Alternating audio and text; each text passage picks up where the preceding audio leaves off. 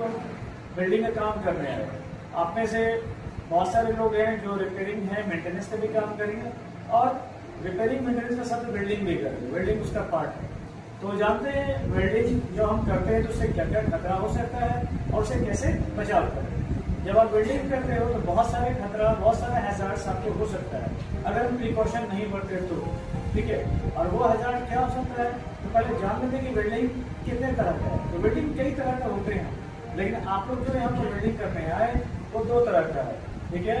और वो तो जो वेल्डिंग जो होता है वो आर्क वेल्डिंग है या फिर आर्गन वेल्डिंग है। आर्क वेल्डिंग कहते हैं कि अच्छा ये बात जरूर बता दूं कि 2 तरह का ही वेल्डिंग होता है, ऐसा नहीं है। वेल्डिंग कई तरह का होता है, लेकिन इस साइड पर 2 तरह के वेल्डिंग किया जा रहा है, एक आर्क वेल्डिंग और एक आर्गन वेल्डिंग। आर्क वेल्डिंग कहते हैं इलेक्ट्रिकल मशीन से जब हम वेल्डिंग करते हैं तो उसको आर्क वेल्डिंग कहते हैं।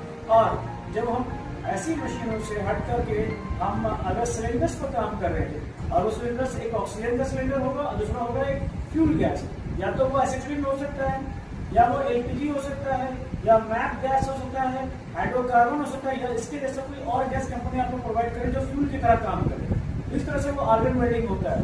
ध्यान रखिए दोनों में सबसे ज्यादा खतरा किसके साथ है, तो आर्क वेल्डिंग के साथ सबसे ज्यादा खतरा है, क्योंकि ये रैपिडली और बहुत डीपली जाके अंदर बर्न करता है। तो वेल्डिंग में सबसे बड़ा जो खतरा है वो ये है कि वेल्डिंग से निकलने वाला रेडिएशन, और वो रेडिएशन जो आपको इनविजिबल है, दिखता ही नहीं है, और वो अल्ट्रावायलेट रेस, इंफ्रारेड रेस, इनमें से अल्ट्रावायलेट रेस सबसे ज्यादा खतरनाक होता है, ठीक है। जैसे कि सूर्य की रोशनी से मिलता है, लेकिन सूरज और धरती में काफी ज्यादा दूरी है, लेकिन जो एक वेल्डर वेल्डिंग करता है उसके बीच में गैप नहीं है, तो उसको ज्यादा जरूरत है प्रिकॉशन लेने का। तो आइए जानते हैं कुछ कॉमन हैजार्ड। पहले मैंने आपको बताया रेडिएशन।